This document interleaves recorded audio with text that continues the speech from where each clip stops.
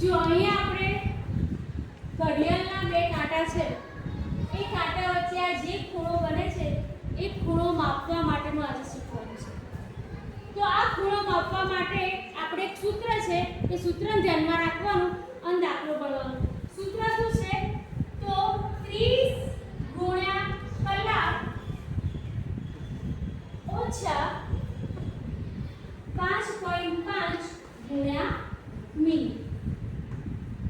જે ખૂણો આપણે ઘડિયાળના કાંટા વચ્ચે બને છે એ ખૂણો માપવા માટે આપણે આ સૂત્રનો ઉપયોગ કરવાનો. આ 30 અને 5.5 દરેકમાં મૂકવાનું છે. તો આપણે જોઈએ કે પહેલી આપણે આ ઘડિયાળ દોરી છે એમાં 30 ગુણ્યા કલાકનો કાંટો કેટલો ઉપર છે? 2 ઉપર. તો અહીં આપણે લખીશું 2. આ બેનો ગુણાકાર કરવાનો માઈનસ 5.5 ગુણ્યા મિનિટ. મોટો કાંટો મિનિટ બતાવે ને, 12 ઉપર વાળી કેટલી મિનિટ કહેવાય? 0. હા, એટલે અહીંયા આપણે 0 વડે ગુણાકાર કરીએ. આ બંનેનો જે ગુણાકાર થાય એની બાદબાકી કરવાની એટલે આપણને ખૂણો મળે. તો 30 દુ 60 ઓછા 5.5 ગુણ્યા 0. તો 0 સાથે ગુણાકાર કરીએ તો શું જવાબ આવે? 0. તો 60 માંથી 0 બાદ થયા તો શું આવે જવાબ?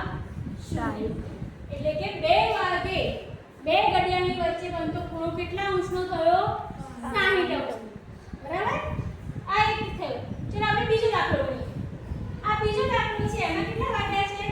તો તમે જુઓ કે નાનો કાંટો છે 3 ની 4 ની વચ્ચે એટલે કલાક કેટલા કહેવાય? 3 કહેવાય ને. અને મોટો કાંટો છે 7 ઉપર. 7 ઉપર એટલે મિનિટ કેટલી થઈ? 7 × 5 = 35. સરસ.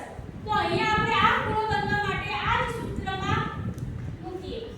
30 ગુણ્યા કલાક ઓછા 5.5 ગુણ્યા મિનિટ. 30 તો કલાક કાંટો કેટલા ઉપર છે?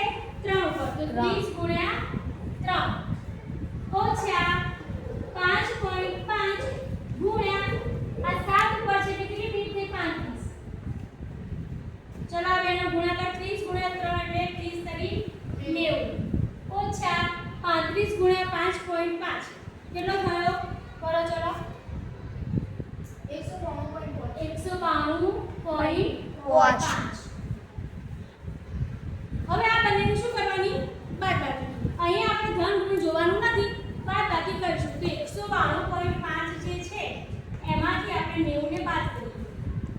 90.5 પોઈન્ટની નીચે પોઈન્ટ 2 ના 2 9 માંથી અને 8. તો કેટલો જવાબ આવ્યો? 102.5 ડિગ્રી ખૂણો બન્યો. તો અહીંયા બન્યો ખૂણો 102.5 એટલે કે ગુરુકોણ. અહીંયા બન્યો લઘુકોણ. એવી જ રીતે ત્રીજો છે એ તમારી જાતે